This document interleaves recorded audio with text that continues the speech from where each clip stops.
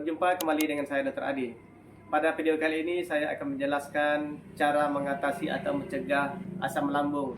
Sebenarnya ada beberapa penyakit yang menyerupai gejala asam lambung ini seperti batu empedu, batu ginjal, apendisitis atau usus buntu, pelemakan hati, dan masih banyak lagi penyakit yang menyerupai gejala asam lambung ini.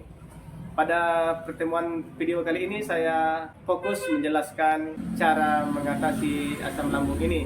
Sebelumnya ada beberapa gejala jika Anda terkena asam lambung ini, seperti terasa panas atau terasa terbakar atau terasa sakit di perut bagian atas. Dan berikutnya perut juga terasa kembung, terasa begah atau kadang-kadang menyesak, bisa pusing atau sakit kepala.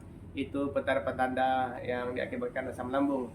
Dan gejala berikutnya seperti mual, bahkan bisa menyebabkan muntah, produksi air liur yang banyak atau berlebih. Dan gejala berikutnya sendawa yang sering buang angin, dan bahkan bisa menyebabkan diare. Dan gejala berikutnya cepat merasa kenyang ketika makan, dan kadang-kadang dan bahkan setelah makan juga kenyang berkepanjangan.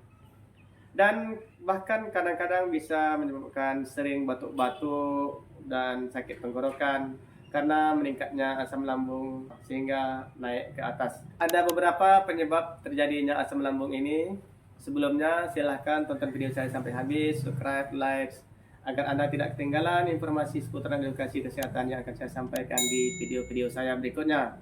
Hal pertama, gaya hidup yang tidak sehat, seperti merokok, minum alkohol, suka minum kafein seperti kopi, suka minum bersoda, dan suka minum minuman yang mengandung asam. Yang kedua, pola makan yang tidak teratur seperti terlambat makan, melewatkan sarapan, ataupun pada makan malam langsung tidur atau rebahan.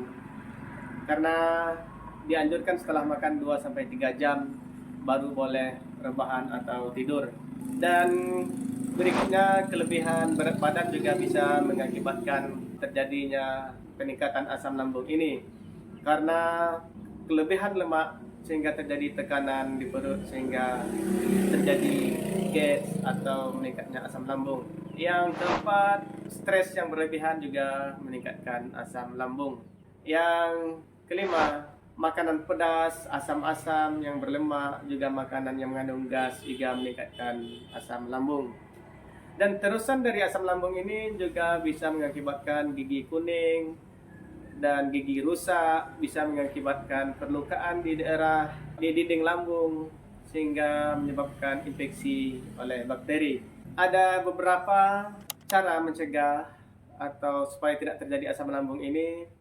Silahkan tonton video saya sampai habis, subscribe, like, komen agar Anda tidak ketinggalan informasi seputar edukasi kesehatan yang akan saya sampaikan di video-video saya berikutnya. Hal pertama yang harus Anda lakukan jika Anda belum terkena asam lambung ataupun Anda sudah terkena asam lambung, perbaiki gaya hidup. Anda harus melakukan pola hidup sehat seperti tidak boleh merokok, tidak boleh minum alkohol, tidak boleh begadang, kurangi minum kafein seperti minum kopi, dan kurangi minuman yang bersoda. Yang kedua, atur pola makan Anda, seperti tidak boleh melewatkan sarapan. Setidak-tidaknya Anda harus di bawah jam 9 jika Anda sarapan. Tidak boleh terlambat makan, dan tidak boleh langsung tidur setelah makan. Biasanya sering terjadi pada makan malam, setelah makan langsung tidur. Karena dianjurkan 2-3 jam setelah makan baru tidur, karena belum selesai proses pencernaan dari makanan yang kita makan tadi. Yang berikutnya, hindari berat badan berlebih atau kegemukan.